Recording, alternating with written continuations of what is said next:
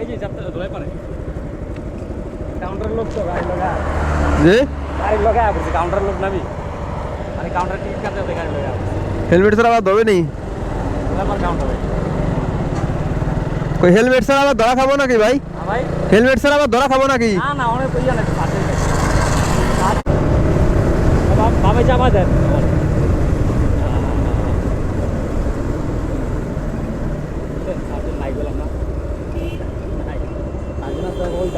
কাউন্টারের সামনে আছে ও ঠিক আছে ভাই ওকে ভাই ধন্যবাদ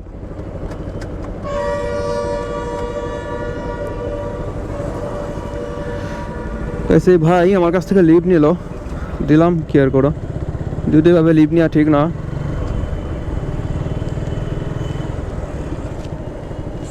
কারণ হেলমেট নাই ভাইয়ের হেলমেট ছাড়া এভাবে লিভ নেওয়াটা আসলে অন্যায় কিন্তু কী করবো কিছু মানুষ হঠাৎ করে এসে বসে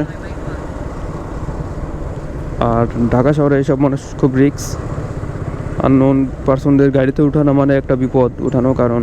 সে চাইলে আমারে একটা কর দিতে পারে ছিনতাই করতে পারে কিংবা আমার পকেটে কিছু ঢুকাই দিয়ে পরে পুলিশ দিয়ে ধরাই দিতে পারে বিভিন্ন ধরনের সমস্যা যাই হোক তো মানবিকতার খাতিরে আসলে না করতে পারি না আমি যখন পদ্মা সেতুতে উঠবো ওই সময় এক ভাই আমার কাছে লিভ নিতে চাইছিল তো ওই সময় আমি আসলে তাকে বলছি যে না ভাই আমি নিতে পারবো না আমি আসলে পদ্মা সেতুতে খুব ভয় পাই ওইখানে অনেক পাহারা থাকে তো রিস্ক থাকে যার কারণে আমি ওইখানে নিতে চাইনি কিন্তু পরে আমার মাথায় আসছে যে ও তো আসলে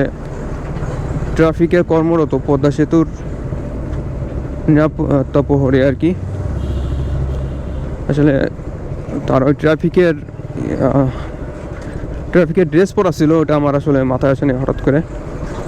তো আসলে পরে খুব খারাপ লাগছে বিষয়টা পরে আসলে সে অন্য গাড়িতে গেছে কিন্তু আমি নিতে পারি নাই তাকে নেই সে হয়তো অবশ্যই মনে কষ্ট পাইছে তো এটা ভেবে আমারও খুব খারাপ লাগছে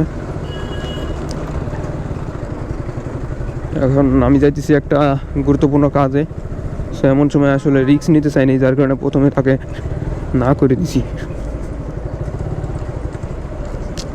যাই হোক আর বর্তমানে যে ভাই গেল এটা হচ্ছে ওই